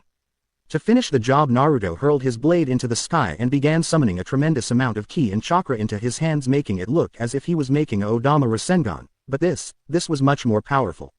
Rest in pieces. Tem. Final arts. Giga Buster. The blast of energy that was released completely vaporized what was left of the so mighty Uchiha, leaving nothing, not even ash behind in its wake. The massive blast of energy curved skywards, splitting the clouds and then vanishing from sight with a slight twinkling light. Naruto landed back down on the ground with cat-like grace, catching his sword as it fell next to him and resealing it into his arm. He quickly went over to look Sakura over and heal her. He got up to her and froze as true fear crossed his features. Her skin, no longer pale white, but a gray pallor, her once pink lips now blue. Stained streaks from both tear and blood marking her flesh. Unbidden, his forehead split open revealing the Jagan of his Reaper form. It quickly scanned the body before him as the Omnigan flared to life. He could see it, barely there, but he could see it, the small mass of light that was her soul. It was a beautiful and soft pink color. It was pulsing weakly as the tendrils of chakra that helped hold a soul within a body began fading out or splitting. Her heart, it was not beating, no breaths were being taken. Her body had died, and no. Not again, not again. Naruto muttered as he dropped to his knees. His mind seemed to shut down at that very moment. Realm of Souls. Shinigami and Kami looked into the viewing pool with contemplating looks on their features. This was not supposed to have happened, however, there was still a chance. Minato aka Arashi frowned as he gazed at his son. Kushina was holding back tears. Surely something could be done. The time has come for Naruto-kun to make a choice. Kami murmured softly, if he chooses correctly, he will be that much closer to unlocking his final gift, hence his full potential. But if he does not, neither I, nor Shinigami-kun can predict what the future holds. Shinigami nodded. It is in his hands now. He has eliminated one Uchiha threat, so Konoha should be mostly safe. But now he must remember who and what he is. The life of Sakura Haruno is now in his hands. Will he be lost to his memories and grief from the past, or will he use his gift and make the impossible, possible? I don't understand, Shinigami-sama. Naruto is powerful, but isn't death? Minato asked. For some, yes it is. But Naruto is my avatar and by rights has power over life and death, though limited to those special to him. You see, Naruto doesn't just have great power within him. No. His true power lies in what he draws from those he loves. That allows him to break the boundaries and laws that restrict even most gods. As a Reaper, his power is to ensure the death of the wicked and defend the weak, but it is his heart that can allow a miracle to happen. All he must do is remember who and what he is. Shinigami answered. But Naru-chan knows who and what he is, how can remembering that help? Kushina asked confused while Minato seemed to understand. Emotion. Minato said. Kami smiled. Yes, emotion. Even we, the gods, have them, and in times of great distress we sometimes forget ourselves and get lost in emotions. No being, no matter how powerful, is beneath that rule. Right now, Naruto-kun is being tested. He is suffering from memories past and the helplessness and grief he once felt at not being able to protect his loved ones. Now he must overcome that and realize that the future is not written in stone, that fate and destiny are what you make of them. He has always had the power to defy them. Now he must remember that and overcome his past and put it to rest. Only then will he remember his power and know what to do. Shinigami nodded and returned his gaze to the pool. Kushina and Minato also felt silent and looked back to their son, each silently praying for him and encouraging him, believing in him that he could pass this test. Naruto's mind was assaulted by the horrible and vile images of his past. The deaths of all he held dear, the blood of the innocent flowing like rivers, and the screams and cries for help and mercy. It was happening all over again. He had once again lost a loved one and once again he felt so powerless. What good were his powers if he could not protect one of his loves? Had he truly failed? Was there nothing he could do? Naruto suddenly found himself in his mindscape, in Q's old chamber, the cage shattered and broken. But what was the most disturbing thing was on the far wall was himself, chained and bound to the wall with a figure standing next to him.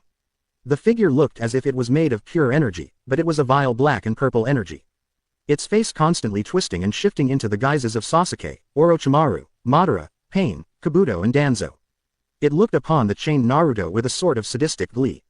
Naruto was a bit confused. How in the nine hells did something vile like this get into him? Memories. The chained Naruto rasped out. Pain, death, destruction, despair, hatred, grief. The strange one hissed silkily in 6 different voices. A flash of crimson and a flash of black fire signaled the arrival of 2 more beings. They were exact copies of Fox Naruto and Reaper Naruto. Who? How the hell is this happening? Naruto yelled angry and confused. I am Naruto Namikaze Uzumaki, avatar of Shinigami-sama. I am the personification of your Reaper power. Reaper Naruto answered. And I am also Naruto Namikaze Uzumaki, Nine-Tailed Lord. I am the personification of your demon power. Fox Naruto said. Then, the one on the wall is me. He asked and they nodded. Why am I chained? Cuckoo. That would be my doing. Answered 6 voices in unison. We are the embodiment of your past, the chains that bind your present. Unless you can defeat me, you can never save you precious little Sakura-chan. Her soul and life now depend on you. Can you defeat your past, your own darkness? As it asked this, the Dark One gestured with its hand and a pink sphere appeared above him, Sakura's ethereal form hovering in it, but it kept shifting between her as Naruto knew her now and that of the one he lost in his original timeline. You must defeat yourself, or rather your past, and we cannot help you this time, though we are you, our power has no hold here. Fox said, do you have the strength to overcome the darkness of your heart, to forget what has passed and look to the future, or will you let it consume you and dictate your choices? Reaper asked. Then both Fox and Reaper faded from view and vanished from sight. Dark One laughed evilly and let out a terrible torrent of vile power surrounding the chamber in pitch-black darkness. Suddenly Naruto was surrounded by Sasuke, who was wearing his Odo robes, Orochimaru, Pain, Kabuto, Madara and Danzo, each grinning sinisterly at him. You defeated us all separately, Dobi. Sasuke sneered. But can you defy us as one? Madara smirked. You let your emotions rule you, boy, such a waste of a potential tool. Danzo taunted. We will show you true pain. Pain stated. We will show you true suffering, Naruto-san. Kabuto smirked. We will make you relive your worst memories and fears. Then, you will be ours to do with as we please. Orochimaru laughed. Naruto backed up 2 steps, his eyes narrowed and teeth gritted as he pushed down a surge of fear. Reaching for his swords he found nothing. Alarmed he looked down to see himself once again in that horrible orange jumpsuit, short and weak. Narrowing his eyes further he put his hands together. Release. He shouted and unleashed a large pulse of chakra. His younger self shattered and he returned to his true body. His blue eyes glowing a brilliant cobalt color. I will not be fooled so easily. This is my mind and here. I am Master. Fox and Reaper suddenly reappeared and turned into pure energy before rushing into Naruto and fusing with him. A look of alarm crossed the faces of the evil ones present as a slight smirk appeared on the chained Naruto's face.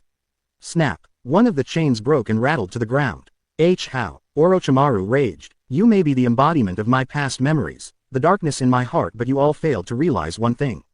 What was that, Dobi? Sasuke asked angrily. I am not who I once was. The past is the past. I have been foolishly trying to judge everything I do based on my past when I should concentrate more on the present. In the past I was stupid, or rather lacked experience. The past can hurt, but those pains can be lessened in time and a lesson learned. I will no longer let my past rule me, never again. Naruto said strongly. How did you figure it out? Kabuto asked fearfully. Simple. I was asked if I was strong enough to overcome the past and darkness within myself, to not let it make my choices. I once told Neji that fate and destiny were bullshit and I meant it. I am in control now and I have the power to defy fate and destiny.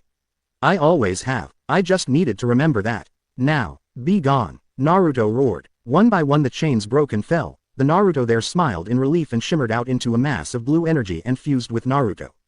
Naruto felt his power pulse in welcome of his previously locked away self. It was his potential. He had unknowingly let his memories limit himself. It was why he always felt so tired after larger fights and why he wasn't replenishing power nearly as fast as he should have. It was also the reason he had difficulty controlling himself in the heat of battle. Though he had won that fight against Gornick Wave, he shouldn't have lost control of his darker nature as he had, nor should he have passed out from exhaustion afterwards.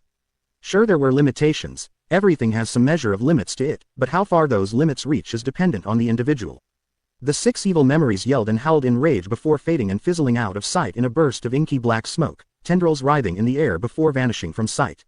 The pink orb holding Sakura faded from sight with the present-day Sakura sleeping peacefully within it, a small smile on her face. Naruto's eyes flashed several different colors as they opened before settling back on their usual blue hue. He looked at Sakura and calmly used his senses. He could feel her soul still there within her body. Though weak, it still remained, and as long as it was there, then there is a chance. Naruto flashed through seals at incredible speed, his body surrounding in a golden and silver glow. Light release. Grand purification jutsu. Naruto barked as gold and silver-hued chakra enveloped Sakura's form. The Kusanagi poison was forced out of her flesh and turned to ash upon leaving her body. The glow increased, almost to a blinding point, as the wounds she had received from fighting the Uchiha began healing rapidly, bones mending, cuts sealing and color slowly returning to her once gray flesh, returning it to her usual healthy cream-colored hue. Slowly but surely her heart began to beat as air once again filled her lungs. Her chakra levels began returning to their usual levels as Naruto restored them with some from his massive reserves. At one time this much power would have even exhausted him, but now, it hardly bothered him. He remembered being told once that one only has as much potential as the limits they set for themselves. Naruto finally realized that he need not hinder himself with the burdens of the past, for now, he was unlimited. As the glow began to fade, Sakura's eyes fluttered open, she let out a small moan at the warm feeling enveloping her. As her vision came into focus, she found herself gazing into the loving soft icy sapphire blue eyes with slitted pupils she had grown to love so much. She smiled as tears welled in her eyes. She didn't remember much after Naruto and Sasuke began to fight, but she knew that she once again owed her life to the man smiling down at her.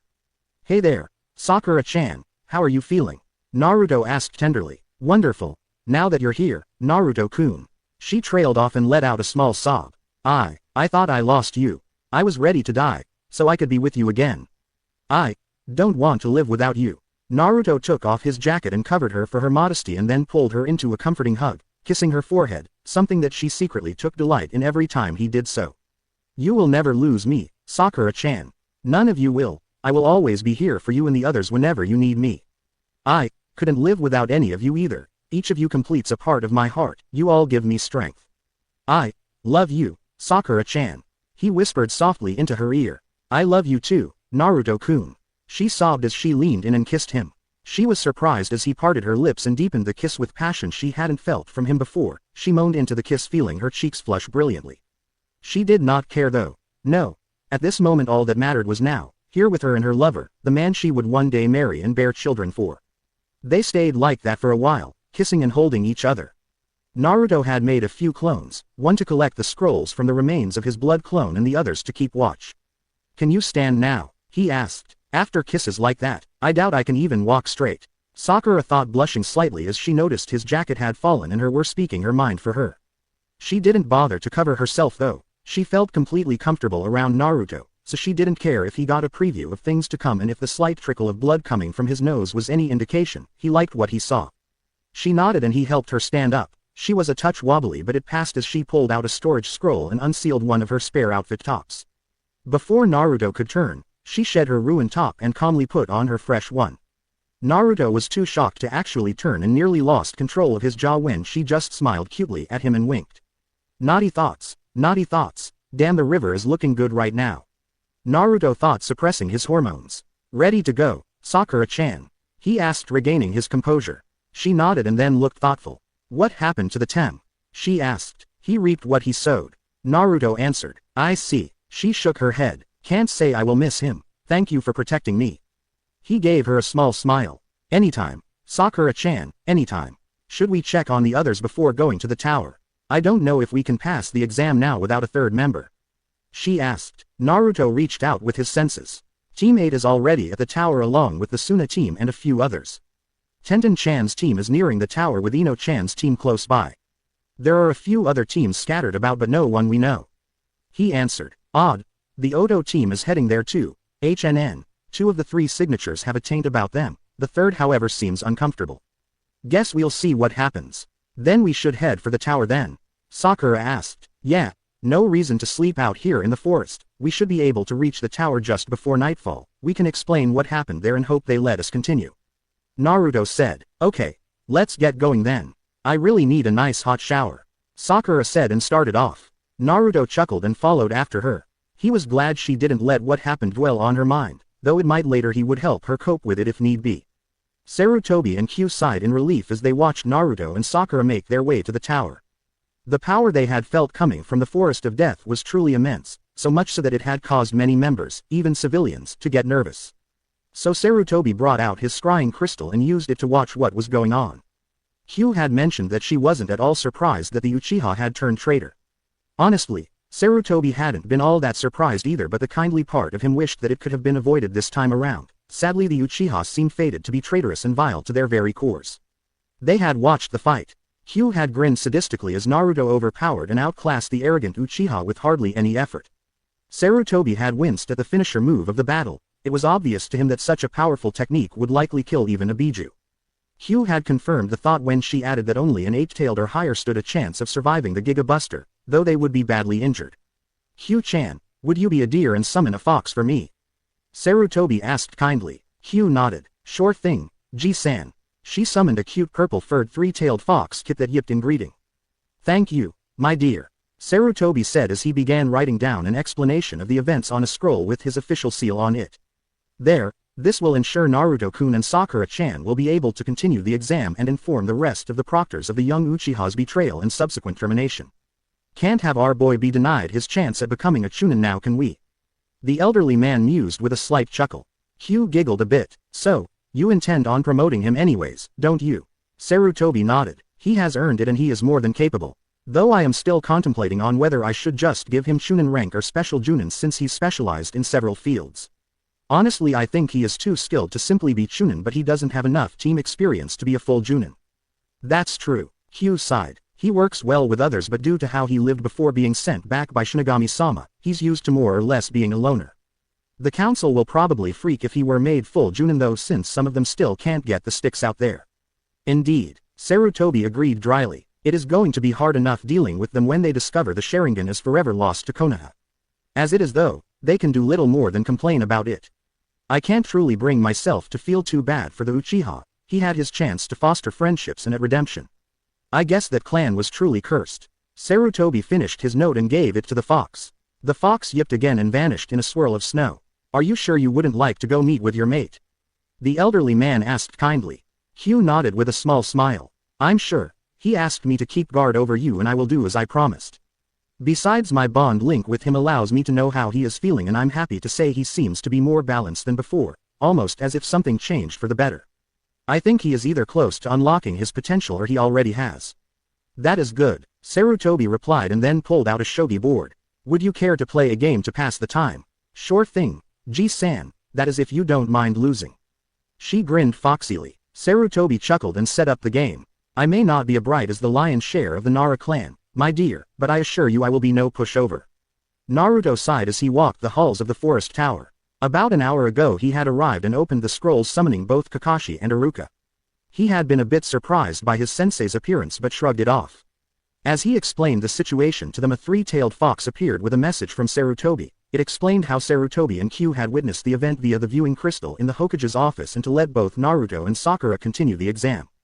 Kakashi and Iruka weren't really sure just what to think of the Uchiha's death. A small part of them was sad that one so young had died, but other than that little glimmer of sympathy they really couldn't bring themselves to care. Kakashi was actually beginning to think it would be best that the Sharingan died with him. Iruka honestly didn't like the dojutsu. He always felt that it was a way for arrogant and power-hungry fools to steal other people's hard work.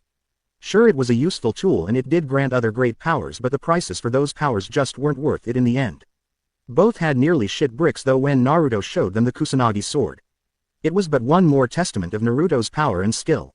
Naruto had taken Sakura to their assigned room. Since he arrived a few days early this time, he found out that the early teams were given rooms to sleep and recover in. She was still a bit tired from her very near-death experience and wanted to take a nap. Naruto on the other hand was still wide awake and a bit hungry from using so much energy. So he took a quick shower and then put on a fresh set of clothes, just a pair of black cargo pants, his boots, his belt and blades and a vest jacket that he left partially open revealing his toned muscles. He let his hair flow freely behind him for a change instead of putting it into a ponytail. After leaving his room he had wandered about for a bit and found that they had a training dojo in the lower levels as well as a mess hall. Indulging himself a bit, he had 6 bowls of miso beef ramen for lunch, something he hadn't had in a while. He had then talked to Kiba, Lee and Shino for a bit while they also ate their lunches. Noticing Akamaru was hungry, he got the pup some fresh meat from the kitchens, chuckling as the puppy happily devoured the meal. Once he was finished there he began wandering about the tower, which brought him to the present. This area of the tower seemed quiet, too much so for his tastes. He had hoped to run into one of his ladies but no one seemed to be about. He figured they must be resting in their rooms. Continuing on his way he caught an odd smell. It was quite faint but familiar. He couldn't quite put his finger on it though. Curious as he was, he continued trying to figure out what the smell was and followed it. As he stealthily walked down the long halls the scent became stronger and was joined by the scent of blood. He frowned. Something didn't seem right about this. Something was wrong. He could feel it in his gut.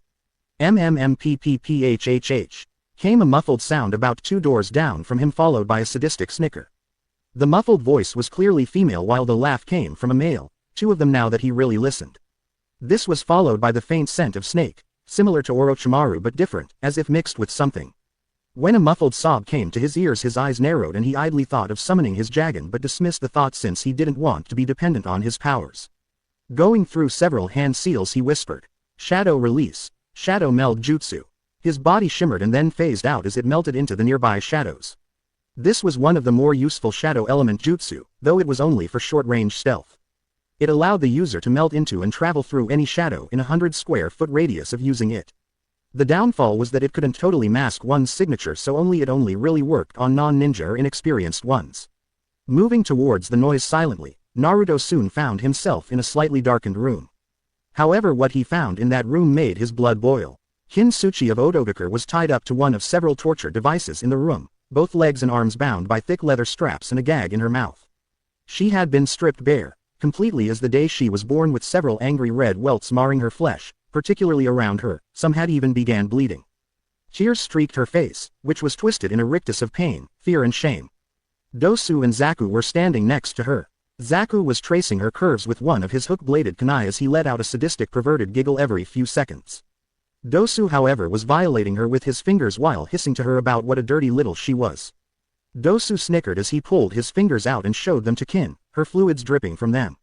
"Such a wet and dirty little aren't you? Perhaps you're ready for the mai, gurgle." He trailed off in a wet gurgle as blood began flowing from his mouth and the new hole in his neck courtesy of the pronged end of a battle chain. Kin's eyes widened in shock and fear as Dosu crumpled to the flood dead. She dared not hope that someone was there to save her. After all, such hopes in the past had been easily crushed. "Wah, Dosu.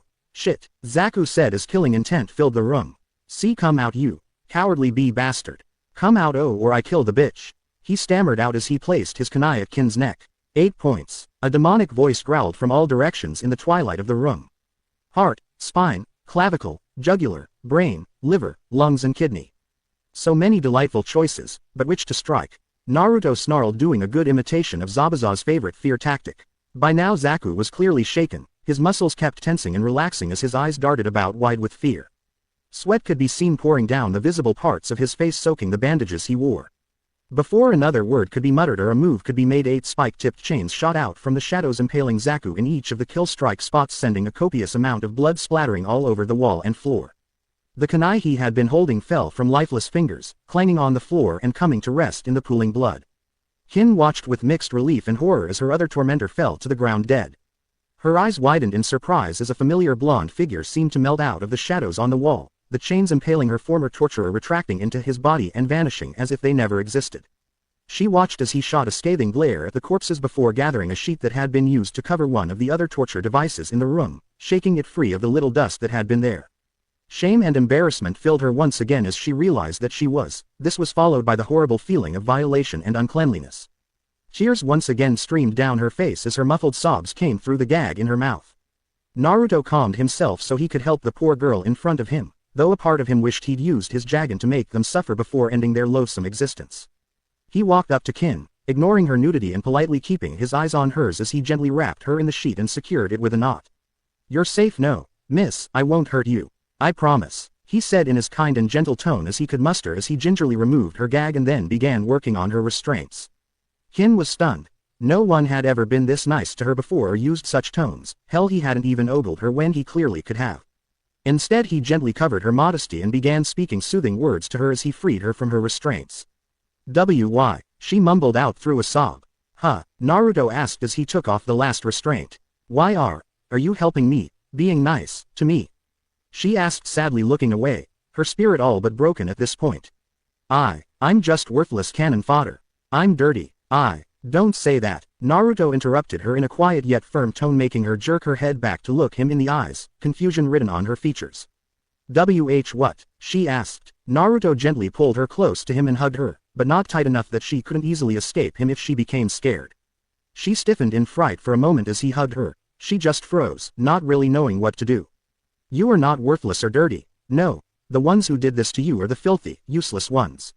I may not know you, but I do know that no one deserves what just happened to you, and every life is precious, except the ones of those who are tainted, those who would harm an innocent for their own sick pleasure.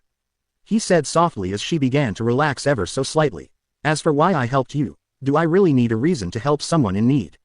Besides, I could never let such a thing go unpunished. Those two are lucky that I didn't make them suffer before killing them for what they were doing. You're safe now, and that's all that really matters. Kin broke down into heaving sobs as she cried into the chest of the mysterious man that saved her from a fate worse than death. Naruto gently used Shunshin to take them out into the empty halls and away from the dark room that now reeked of blood and death. Shish, it's all right now, I won't let anyone hurt you. I'll protect you, he said softly, trying his best to comfort the distraught Kunoichi. Let it all out, let it all out. After about 10 minutes Kin had cried herself into a fitful sleep. Naruto looked at her sadly as she still whimpered a bit, shivering in his arms.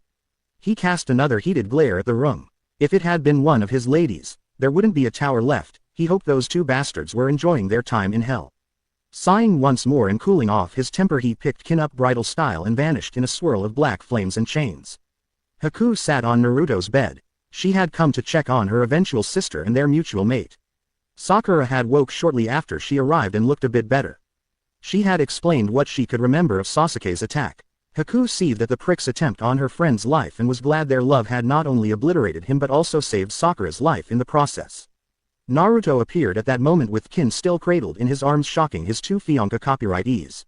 Naruto-kun, what happened? Haku asked concerned. Naruto scowled, his tail flicking angrily. I was exploring the tower when I noticed a strange scent in the area, so I investigated and found this girl being raped and tortured by her damn teammates. I killed the little bastards and then tried to calm her down. She cried herself out, so I brought her here so she would be safe. Her name is Kin, she was the Kunoichi for the Sound Genin team. He explained. Sakura and Haku were aghast with horror. Neither really liked the fact that Naruto had killed once again, but given the situation they probably would have done the same. They found it was easier to handle as time passed, and they went by Naruto's way of thinking. Dead rapists, criminals, murderers and traitors cannot come back to hurt anyone, ever again.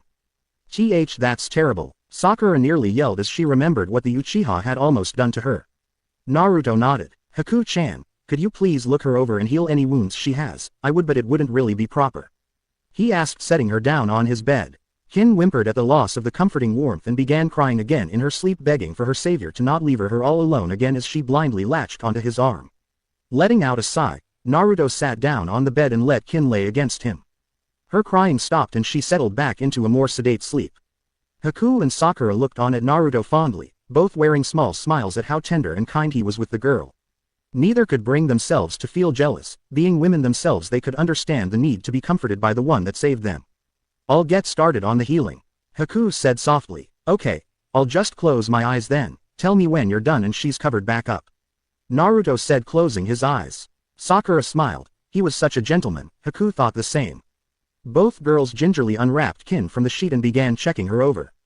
After a medical scan jutsu, they found her to be fine, and the only damage done was the welts into her mind. Haku, having more experience in medical arts, used her chakra to soothe the girl's mind and help ease the obvious trauma she had experienced. Sakura, on the other hand, applied a few simple healing jutsu to clear up the welts and bruises as well as ease any pain she might be feeling. Kin was soon healed completely and fell into a deep and much more peaceful sleep as the two girls re-wrapped her in the sheet for her modesty. Haku then placed her hand on Naruto's arm. You can open your eyes now, Naruto-kun, she said softly. He opened his eyes and gingerly got out from under the girl to let her rest. He was then surprised when both Sakura and Haku gave him a kiss at the same time. Damn near blew his mind. That was a very noble thing you did for her. Not many would do such a thing for a kunoichi. Haku said. I agree, Sakura added and then giggled. But that's why we love our fox boy. Alright, enough flattery. Naruto said bemused. Anyway, Haku-chan, was there any problems while we were here in the forest? She shook her head. No, things were surprisingly smooth. Were you expecting something to happen? Sakura asked. Not sure, to be honest. Guess all we can do now is wait and see what happens. Naruto mused. And once this preliminary tournament is over with, the snake hunt begins. He thought grimly, eyes flashing crimson for but a moment. Kin continued to sleep deeply, so Naruto decided to bunk with Shino and Kiba and send Hinata to stay with Sakura to keep an eye on her since Haku was due back at the hospital. Hinata was more than happy to go, after spending some quality time with her fiancé. Copyright. Kiba and Shino then met up with Shikamaru and Choji and met Naruto in the training dojo in the lower floors of the tower. Shikamaru wasn't too interested in training, neither was Choji, but Kiba and Shino were. Naruto gave both some pointers on taijutsu and helped them train their respective styles. Word of the Uchiha's death in the forest got around quickly, as did the circumstances behind it. To Naruto's slight annoyance, word also got around about Orochimaru being about, though only a select few knew that it was actually Naruto that fought him before he fled. The two Oto genin, Zaku and Dosu's corpses were found later that day after Naruto spoke to the proctors of what he had witnessed and why he had acted. The proctors agreed that he was in the right and kept things covered up as a mysterious incident for the time being. Though several people did know about the incident, no one really questioned it due to its rather private manner. By the end of the day, all the remaining teams had assembled in the tower. The Rookie 9 had made it, minus Sasuke, Team Guy, Gaara's team, Kabuto's team and a team from Kumo. As such, it was decided to hold the preliminary rounds a few days early since all the participating teams were accounted for. This would give all the Chunin hopefuls a day and night's rest to regain their strength and get a bit more training in before the next test. Naruto, after everyone else had gone to sleep for the night, had unsealed the Kusanagi and began studying it. It was clearly a masterwork blade on par with his Griever, Beowulf and Requiem swords. What some people took for a semi-sentience from the sword, though, was actually some well-placed runic seals that would attune to the sword's new user each time a new person took possession of it. He also noticed that the alloy of the blade was strange. He hadn't seen anything like it before, but the sword wasn't quite as unbreakable or invincible as the legends said. While it could stand on equal terms with Naruto's swords, his scythe, Soul Edge, could shatter the Kusanagi easily. After about an hour of tinkering with the seals, Naruto had enhanced them by adding blood and chakra signature recognition seals, an acid manifestation seal, a locking seal and a bonding seal. With these seals added to the sword, soon only himself and Anko would be able of wielding it, as the seals on the blade would attack anyone who didn't have permission from Anko or himself to use it by secreting acid onto the unwanted handler's hands. The blade's toxins and poisons were also enhanced by the acid seals. All one had to do was give the sword 2 chakra pulses to cover the blade in its toxins and acid. 3 pulses in quick succession would allow the user to shoot out darts of acidic chakra laced with the poisons the blade made. After he finished the adjustments to the Kusanagi, he had Kurenai deliver it to Anko since she was back at the cage tower with Q and Kurenai needed to go there and make final preparations for the preliminaries. Not really having much else to do, Naruto went back to his quarters to check on Kin and get in some meditation. Kin Suchi woke in a strange room. Normally this would put her on guard instantly, but her trained senses could not pick up any sort of hostility or malice in the air. She also realized that she was in a comfortable bed, albeit, she was quite warm and comfortable, her wounds were healed and she felt rather pleasant. She clearly remembered the attack her so-called teammates instigated. It wasn't the first time they had tortured or molested her, but it was the first time they had intended to fully rape her. The thought alone sent a chill down her spine. Then she remembered him, the mysterious Konoha nin with the feral looks that had somehow melted out of the shadows and dispatched her tormentors like insignificant insects. Kin remembered his face well. Ever since she first saw him in the academy classroom, she had thought he was rather handsome and very powerful looking. She let out a slight sigh as she recalled how he freed her from the rack she'd been strapped to and then covered her modesty and comforted her as she lost control of her emotions. After that, she couldn't remember anything other than a really warm and safe feeling. Keeping the covers over her, she sat up and looked around the dim-lit room. On a small chair next to her bed was some clothes, dark blue pants, a blue tank top, a fishnet crop top, some ninja sandals and a pair of blue leather fingerless gloves. She also noticed her forehead protector was absent but felt it was good riddance. She never wanted to see Oto again. She did wonder where the clothes came from, though. They weren't hers, as they were of better quality than anything she'd been allowed to have before. As she quickly put on the clothes, she noticed a figure sitting lotus style on the floor a few feet from the beds, a long busy furred tail lazily swishing behind the person. The long mane of blonde locks that matched the fur on the tail combined with the whisker marks on the person's face told her that it was her savior. His eyes were closed as different shades of chakra occasionally swirled around him. She found the view breathtaking. Naruto had sensed the girl was awake but had kept his eyes shut to give her modesty. Thankfully she had dressed quickly with the clothes Hinata and Haku had scrounged together for her. I see you are awake now, do you feel better? He asked softly so as not to scare her. Kin flinched a bit in surprise but soon settled. Why yes, I'm feeling much better now, She trailed off. Naruto Namikaze Uzumaki, you can just call me Naruto. He said opening his eyes but remaining in his seated position. Thank you, Naruto-sama. Please, if you need to use a honorary with my name, just San or Kun will do. I'm not much for formalities. He interrupted. Okay, Naruto S. Kun. She flushed a bit. I'm really grateful for your rescue of me. I can't possibly ever repay you, but I'll do my best. Kin said softly. Naruto sighed. May I ask your name? He asked. Though he already knew it, she had yet to tell him and he didn't want her to think he was some kind of mind reader. Tsuchi. Kin Tsuchi, she said with a polite bow. Naruto nodded. It's nice to meet you, Kin-chan, and I only did what I felt was right. The best way you can thank me, is to just find a way to make yourself happy. I'm willing to help you if you need it and I can get you instated as a member of Konoha, either as a civilian or a ninja, it's your choice, though I doubt you'd want to go back to Sound. Kin shuddered. No, I want away from that awful place. Can you really get me a place to live here in Konoha, maybe as a mednin? She asked. Naruto stood up and nodded again. Sure, two of my fianca copyrightees, Haku and Sakura, are aspiring to be mednin, they could help with your training. As for a place to live, I have plenty of room in my clan compound so you can stay there for as long as you need or want. He answered. T2 fianca copyrightees. Kin stuttered. Oh, hey, yeah. Naruto chuckled as he scratched the back of his neck sheepishly. I'm the last of the Uzumaki and Namikaze clans and have a new Kekkei Genkei, so I was put under the clan restoration law and have to practice polygamy to restore my clans. I wasn't exactly fond of the idea, but as long as my ladies are happy, then I don't mind. Kin looked at the young man and found that he was being honest.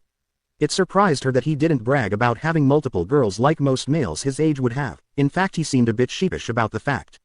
It also seemed that the happiness of the ladies in question was related to his own, meaning if they weren't happy, he wouldn't be either until he found a way to make them happy. It was something she was unused to, considering in Odo, females were little more than cannon fodder, toys or breeders. I wonder, could I maybe have a chance as well? She thought distantly. Why don't we go get you some food? The next part of the exam starts tomorrow, though you won't be participating anymore, you might want to watch it. Naruto said. Kin nodded. Are Zaku and Dosu really? She trailed off half scowling half fearful. Dead, yeah, he answered bluntly. Thank you, she said quietly. Naruto just nodded and showed her out the door and then led them to the cafeteria. Naruto let her enter first and followed behind. No sooner than he entered the door there was a cry of, Foxy-kun.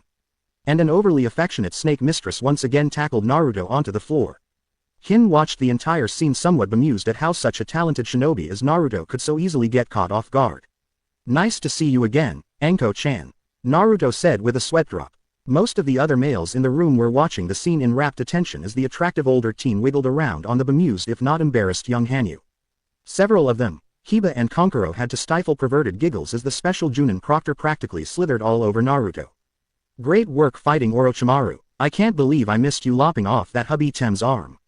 Anko said cheerfully. That got the attention of the Sunanin in the room, each of them, save Gaara, shuddered in fear. This kid had taken on and maimed a S-class missing ninja. I take it you're happy with your new toy then? Naruto asked as Anko led him to his feet. Anko grinned as she pulled out the kusanagi. Damn right I do. I don't know too much about kenjutsu but all the little adjustments you made to this little beauty has made me consider taking some lessons. I got to ask though, why didn't you just kill the hubby Tem when you had him? She asked curiously. First, how'd you hear so much about my fight? He asked. The old man, she smirked. I should have known. Damn scrying crystal. Naruto mumbled. Anyway, the reason I didn't just kill the prick is because I had a more immediate problem to take care of at the time, you know. Kill a traitor, save my fianca copyrightee, that sort of thing. Although, Naruto trailed off as a predatory grin crossed his features as his eyes glinted red with bloodlust. What fun is killing the prey so quickly, better to let them stew in their own self-doubt and fear while hunting them down. Make no mistake, Orochimaru will not live to see the Chunin exam finals. Anko shuddered lightly in a bit of fear and more than a little lust. The other Chunin hopefuls though, save his girls, were about to piss themselves. Even Gaara had to fight down a shiver of fear from the bloodlust laced into the Kitsune Hanyu's words. It was also painfully obvious that Suna's plans to have a joint invasion with Oto were not only a deadly mistake but clearly destined to fail miserably. At that same moment, Naruto was flying over the forest of death in his Reaper form hunting for a snake. After the incident with Kin, Naruto figured against letting Orochimaru having enough time to possibly heal himself or steal another body, so he left another blood clone in his place at the tower so he could hunt. Flapping his 4 massive wings hard, he climbed higher into the air as his Jagan opened, the slit pupil widening as it searched out Orochimaru's tainted soul aura. Activating his Omnigan as well, they turned a brilliant yellow color as he began using full telescopic vision. The forest below had quite a few tainted auras, running around but mostly coming from the monsters or lesser demons that roamed the forest of death. He finally picked up a trail of putrid purple and black chakra leading towards the northern fire country borders.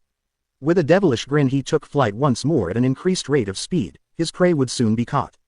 One of the perks of having wings capable of high-speed flight was that you could cover a massive distance at twice the rate or more than a ninja could on foot running. In the hubby Tem's case, being injured and low on chakra from said injuries, he was only moving at about a normal Junin rate of speed. As such, Naruto was able to catch up to the snake 10 miles from the fire country border. Naruto noticed with disgust that the freak had his arm back, meaning he had slain an innocent to repair his body. It was one of his viler jutsu, shedding an injured body like a snake sheds skin. Not that it mattered anymore, for the snake was about to meet the mongoose, a rather irate, demonic mongoose wielding a scythe. Well, what do we have here? A cowardly snake slithering off without paying his dues. Perhaps that should be remedied, don't you think?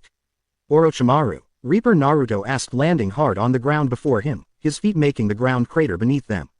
You, Orochimaru roared in both fear and rage. You damn demon brat, you have ruined my wonderful plans and killed my next host. I was to be immortal. You will pay for this, I swear it. He roared, going through several hand seals. Summoning arts. Pure world resurrection jutsu. Orochimaru sneered. 2 coffins rose from the ground, one holding the kanji for 4 on it and the other holding a swirling crest. Naruto narrowed his eyes. 2 can play that game, Tem. Naruto snarled, going through an odd length of hand seals. Grand summoning arts. God of death. Shinigami. Orochimaru blanched as the coffins of Kushina Uzumaki and Minato Namikaze opened as the 2 corpses stood there stunned to see their son.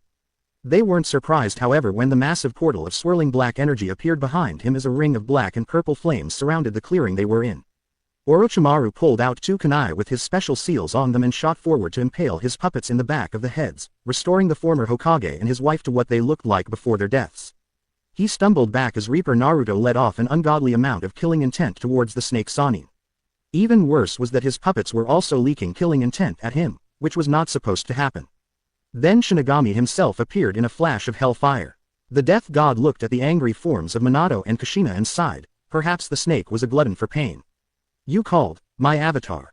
He asked. Yes, I thought you'd like to witness the end of Orochimaru in person before I present the bastard's soul to you. However, I hadn't expected the snake to use most of his remaining chakra to summon my parents with his cursed jutsu. Naruto stated. Yes, I had wondered why their souls suddenly vanished while we were enjoying our dinner. Kami was most upset. Shinigami growled, looking at the quivering snake as he snapped his fingers. Orochimaru felt his heart nearly stop in fear as the seals and kunai on his puppets shattered and the bodies of 2 Oto nin crumpled to the ground as the ethereal forms of Minato and Kushina walked over towards Shinigami and the Reaper brat. How the hell was he supposed to know the 2 were on good terms with the death god? Mom, Dad, I am sorry you had to be pulled into this crap. It is good to see you both, though. I hadn't planned on it for a few decades when everything had settled down. Though this does save me having to summon a Rashomon gate. Naruto greeted his parents. We'll talk more in a bit, first I need to put down a rabid snake. The souls of his parents smiled at him and nodded. Naruto then turned around and summoned Soul Edge into his waiting hand, his tail of black fire swishing about behind him angrily as more killing intent and bloodlust filled the air, causing Orochimaru to cower even more. Orochimaru couldn't remember the last time he had truly felt this much fear. His only true fear for many years now had been death, something he had managed to cheat many times.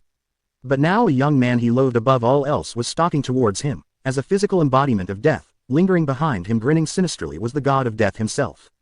Orochimaru looked into the demonic purple eyes of the one who ruined everything he'd strived to obtain for years and shuddered as he saw only pain-filled death lingering within them. Even his third eye, the Jagan, had narrowed ominously.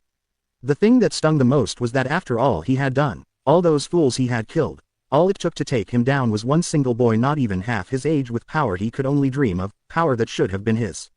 Your crimes are many, Orochimaru, it is time for your judgment. Shinigami said, his voice filling the area eerily. Naruto raised his free hand, palm pointed towards the snake Sannin. A single barbed metallic spike came out as his flesh seemed to part for it, making the older man cringe in fear. Get over here, Naruto barked and thrust his hand forward as the spike with chain attached launched. Orochimaru tried to dodge but the chain followed. He let out a pained gasp as the barbed spike impaled him through the right side of his chest and then wrapped around him. Naruto gave a hard tug and the Sannin was dragged towards him in a very painful manner. 4 more spiked barbs came out, 2 from each shoulder, and impaled Orochimaru by his hands and feet, destroying any chance at performing jutsu. The chains painfully hoisted Orochimaru into the air in front of the Reaper. The snake-like pedophile's eyes widened in pure fear as he looked upon Naruto, his wings spread wide behind him and eyes glowing with an unholy light. Pain continued to lance through the elder mon's body as fear induced by the monstrous killing intent continued to beat him down. No fancy moves, no jutsu, no second chances, hubby Tem, you are far too dangerous to let live any longer and I will not be the one who makes that mistake. I should have killed you in the forest, but I had other matters to attend to. Thanks for the kusanagi, by the way, Anko-chan likes it very much. I had planned on just beating the piss out of you until you begged for death. Perhaps even toy with you, but that last stunt you pulled by trying to force my own parents to fight me, that was the final straw. Now, Orochimaru, you shall not only know and feel my own anger and pain, but that of all those you have wronged in your miserable existence. Naruto sneered, bringing the bastard eye level with him. Look into my Jagan and face your judgment in its gaze. Look within and see all those you have wronged, feel their pain, their grief, their rage. My last gift to you, the pain of those you wronged, turned back upon you 1,000-fold. Naruto roared as his Jagan opened wide, glowing with the same unholy light as his normal eyes. Orochimaru was suddenly forced to look into the Jagan. He was then forced to endure the pain of others by his own hand as he relived all the wrongs and suffering he had caused with his own hands returned upon him many times over. Pain, ungodly, unbearable, excruciating pain ripped through him like torrent waves upon a raging river of blood, anger, grief, suffering and hate. Orochimaru screamed and writhed as wave after wave of unimaginable pain and torment surged violently through him. His screams were heard for miles around until his own voice box exploded from the strain. Now his pain was silent, but nonetheless worse than before.